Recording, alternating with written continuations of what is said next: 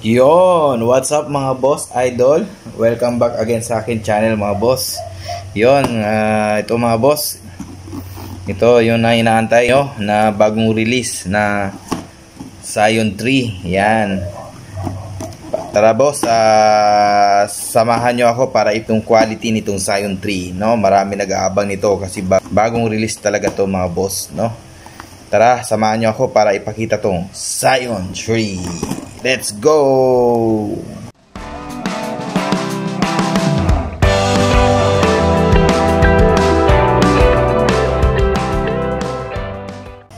Yon mga boss, yan na nga. Pakita na natin to. Huwag na natin itong patagalin mga boss. Idol, ayan. Yan, kung makikita nyo mga boss, ito yung first time natin mag-review ng Scion. Meron ng Scion 1 and 2 and 3, and then wala pa tayong nare-review na Scion 1 and 2, pero ito napaka bagong labas kasi ito. Pero in the next natin, pakita siguro natin yan, i-review natin yung Scion 1 and 2 pag nakakuha tayo mga boss. Yan mga boss, nakakuha tayo nito. Ayan, pakita na natin yung box nito. Yan Scion, ito yung box nya na nakalagay dun sa nya, pinakatakip nya, Scion, then yung logo nya. Then dito mga boss, yan pero mali yata yung yung nakalagay na tawag yan sa tiketa, Scion 2 nakalagay. Pero Scion 3 to mga boss, Scion 3. Yan yung box nya mga boss. Yan mga boss, yan. Pakita na natin to mga boss, yung sa inyo, yung Scion 3. Ito, yan mga boss yan Ayan mga boss, nakakuha tayo ng color pink nito. Marami na rin colorway ng Scion 3 mga boss na lumabas nito. Yung meron yung mint green, yung white, then marami pa ang susunod na lalabas nitong Scion 3. Pero ito, nakakuha tayo nito, medyo pricey pa mga boss. Yan, ito yung loob niya mga boss. Yan, ito yung nya, yung wrapper nya, plain lang naman. Yan mga boss. Yan, pakita na natin to, wag na, para alam ko lahat excited para makita tong Scion 3. May nag-request na nito, sabi Scion 3 na next. Ito boss, pakita na natin to para sa inyo. Yan, ito yung color pink ng Scion 3 mga boss. Yan. Kung titignan niyo mga boss, ito yung materials. Sa appearance muna tayo. Yan, medyo meron pang pandikit. Medyo hindi pa malinis yung pagka nito. Pero sinasabi nung nito, seller, UA daw to. Pero I think maganda lang yung quality ng Scion 3. Yan, ito yung nya, pinaka material nya dito. Ayan, meron siyang design na mga parang batik-batik mga boss. Ayan, pink na pink. Sa mga mahilig na pink dyan, yan, ang ganda rin. Kung sa mga kabataan kasi ngayon, depende na kasi sa mga pagsuot, gusto yung mga makukulay na. Yan, ito yung sa side nya mga boss, pagkabilang side, yan naman. Then meron siyang design dito. Yan, may stitches siya na papunta doon. Then dito mga boss, yung pinaka lace nya, yan, flat lace siya na medyo makapal. Yan. Then yung satang nya mga boss, ito yung satang nya. Ayan, ito yung satang nya. Meron siya dito mga boss na Jumpman, na big logo ng Jumpman. Manipis lang siya mga boss sa satang nya. Ayan. Then meron siyang 3 yan Meron siyang 3 dyan na nakalagay. Ayan. Then also,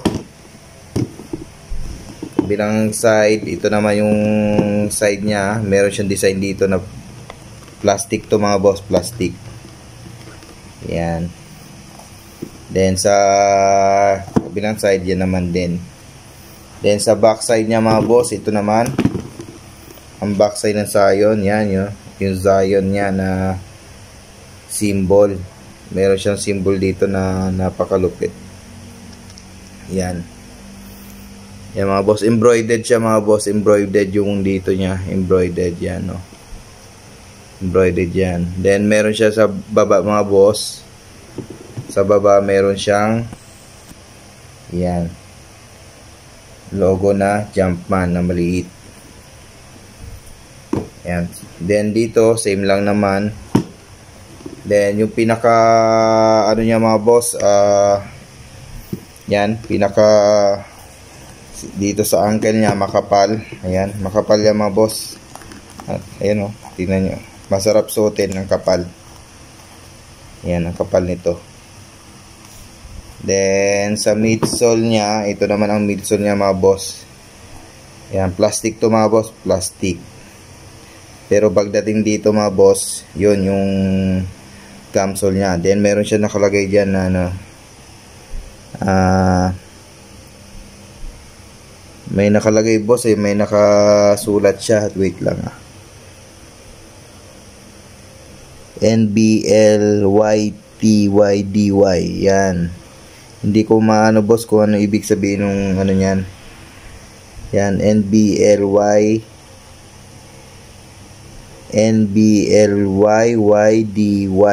Yan na nakalagay. Ayan, kita nyo mga boss, yan. Yan yung nakalagay dyan. Then also, yung pinaka ano niya, yung gumsole siya na nagko-connect sa may outsole, yan. Then dito sa kabilang side, yan, meron naman siyang logo ni Zion, yan. Then plastic to mga boss, plastic, hindi siya foam. Hindi siya foam. Yan. Then yun, sa outsole mga boss, yan. Ito yung outsole niya. Yan nga, ano siya, gumsole, jelly. Yan no. Yan yung ano niya mga boss. Ito yung pattern niya. Kung titingnan nyo, meron siyang paloob doon. Yun yung pattern niya. Then sa loob, meron siyang Jumpman logo. Then dito mga boss, ito yung ano niya, symbol. Then yung dito, yung pattern niya mga boss. Then tingin ko mga boss, mas okay to sa indoor. Kasi pag na ito, yung gumsole na to, once na malagyan ng dust, dudulas to. Pero boss, sobrang spiky, sobrang squeaky nitong ano na to, Zion 3 na to. Grabe. Mukhang gusto kong magano nito, panlaro. Ang sarap, kung squeaky lang ang paglabanan ito. Grabe. Even na dito sa forefoot, ay dito sa heel, grabe. Sa likod, napaka-spiky. Sa gitna hanggang dito, grabe mga boss. Napakalupit sa pagka-squeaky. Kung ano kayo nito, yung ano rin mga boss, napaka-komportable sa paa. Then kasi dito mga boss, pakita natin yung loob nito. Yung pinaka pad niya, parang yung makapal yung pad niya mga boss, parang yung Kobe 11. Yan, Kobe 11 siya na na-review natin. Ayan, labas natin yung pinaka pad niya. Itong isa mga boss, na ilabas ko na to kanina. Ito lang pala yung nasa loob niya mga boss. Ano lang, papel lang, hindi siya yung mga, yan, ang hirap niya tanggalin mga boss. Yan, ito pala yung pad niya mga boss, sa insole niya. Yan oh, tingnan nyo mga boss. Yan, ang kapal, parang yung Kobe 11 mga boss. Then pagdating dito, yan, manipis na siya. Parang yung pinaka ano niya na yan, yan. Ito na yan mga boss, yung rubber niya na. Yan, pero tingnan nyo na mga boss sa loob, yung stitch pagkatahi niyan. Yan yung loob niya. Yan. Then dito pala mga boss, yan no, makapal talaga siya. Meron siya dito. Ngayon lang ako nakakita na may ganitong ano, mga boss, napaka komportable sa ankle. Yan. Then sa ano niya, yan, ito naman yung sa maitang niya mga boss, manipis lang. Ito yung tiketa niya na nakalagay. Yan, ang nakalagay is made in Vietnam. Yan. Pero boss, mga idol, during fitting ko nito, ang sarap sa paa. Napakalambot. Ito yung pinaka ano niya. Yan, meron siya dito, air zoom. Yan, naka air zoom yan mga boss, air zoom. Yan, makapal yan, no. Ito yung design niya pala dito. Yan, may Jumpman logo.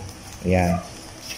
Pagdating sa comfortability, sa pinaka cushioning niya, ang sarap. Okay na okay mga boss, cushioning niya. Yan, then also dito may nakalagay natin, no, size 10 kasi ito ba boss. Yung itong sapatos na to size 10 ako.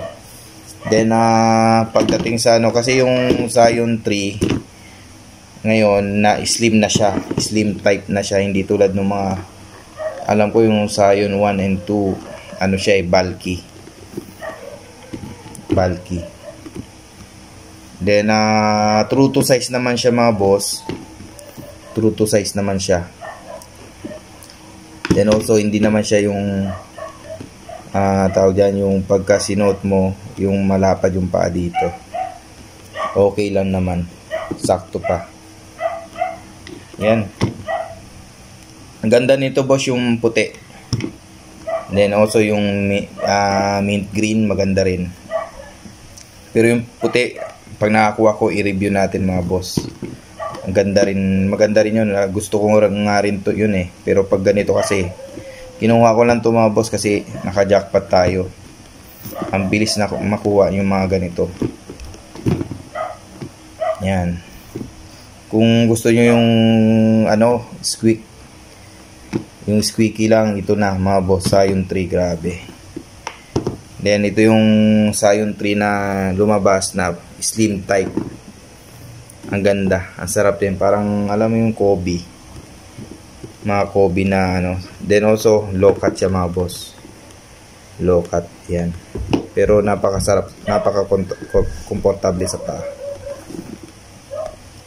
Yan, kukuha ko nito boss, may yung puti, pakita ko sa inyo yung puti. Then i-performance check natin sa court, balikan ko kayo. Grabe talaga dito nga lang boss, i-trinay ko, tingnan nyo dun sa last video natin, napaka-squeaky mga boss. Yun mga boss, yun lamang. Then also yung price nito mga boss, medyo pricey pa to. Nakuha ko lang to ng mura, na jackpotan ko, nakuha ko ng 1.6, pero tingin ko boss, kung makaano ko sa ibang seller, nasa 2,000 pa to. Pero kung makahanap kayo ng seller na mas mura, mas okay mga boss. Yan. Ito boss, ito yung Zion. Then sa weight, medyo ano lang, ano lang kasi to, mabigat din. Katamtaman din naman ang weight. Sakto lang mga boss yung weight niya. Yun. Yun mga boss, nga pala, this is top grade quality lamang boss, no? Pero tingin ko high end quality to, kasi napaka solid ng pagkagawa. Then also sa legit nito boss, hindi pa nare-release to. Ang sabi is by this September, pero wala pa nare-release. Then also comment kayo mga boss kung share your ideas mga boss, kung nakita nyo itong video na to, kung ano yung experience nyo sa Zion 3. Then comment din kayo mga boss kung ano pa yung next natin i-vlog, papakita sa inyo. Mga boss, yun lamang po sa araw na to, and hope na tulungan ko kayo na ipakita tong Zion 3 sa mga nagbabalak ng bumili nito. Solid mga boss, solid yung Zion 3, hindi kayo magsisisi. Tingin ko mag-i-click to sa ano, magkiklik to yung Zion 3. Nga pala sa digit nito, nga pala boss, hindi to digit, no. This is, tingin ko, high-end quality. Pero sinasabi ng mga seller, UA daw eh, UA. Pero ito, high-end quality. Ayan mga boss, ang kapal, oh. Ang kapal talaga. Ayan, then meron pa siya nito, boss. Ang sarap sa pa. Ayan, oh. Napaka boss, oh. Ayan. Yan, ito yung pinaka pad niya. Yun mga boss, yun lamang po sa araw na to, and hope na pakita ko sa inyo yung quality nitong Zion 3. Pag nakakuha pa tayo ng ibang colorway, pakita ko sa inyo mga boss. Yung lalo na yung puti, maganda. Yung puti mga boss. Yun, kung bago ka pa lang sa akin channel mga boss at nakita nyo tong page na to, pa-subscribe naman boss, and pa-like and share na rin pag nagustuhan nyo tong video na to. And hope na tulungan ko po kayo sa araw na to, sa video ito, na mapakita tong Zion 3. Then nasa inyo na po kung paano nyo, kung saan kayo gusto, kung ano yung gusto nyong piliin. Marami po pa to yung mga ipapakitang mga shoe review pa. Marami pa tayong in-next. Yun mga boss, maraming salamat. Magandang gabi. Bye-bye. Zion Williamson's third signature shoe, the Jordan Zion 3, is officially unveiled. Now 3 signature shoes in with Jordan brand. Zion must now be viewed as a vet. His third model, the Jordan Zion 3, focuses on 3 tenets: containment, court feel and impact protection.